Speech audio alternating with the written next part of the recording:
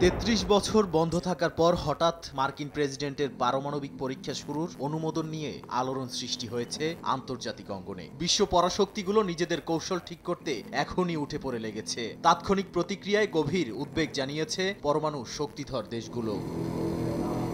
Russia বলছে যুক্তরাষ্ট্রের এই পদক্ষেপ বিশ্বকে আবার অস্থিতিশীলতার দিকে ঠেলে দিচ্ছে।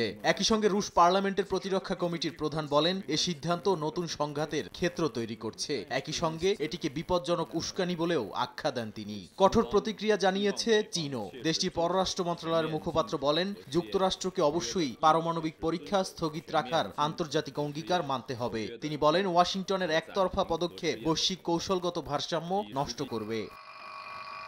বিশ্বে বর্তমানে ৯টি দেশের হাতে পারমাণবিক অস্ত্র রয়েছে। সবচেয়ে বড় ভান্ডার হিসেবে রাশিয়ার আছে এ ধরনের প্রায় ৫,৫০০ অস্ত্র।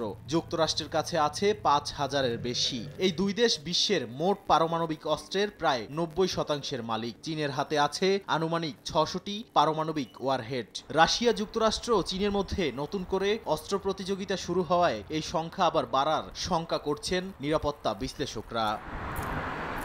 নাদিম মারজান, সময় সংবাদ।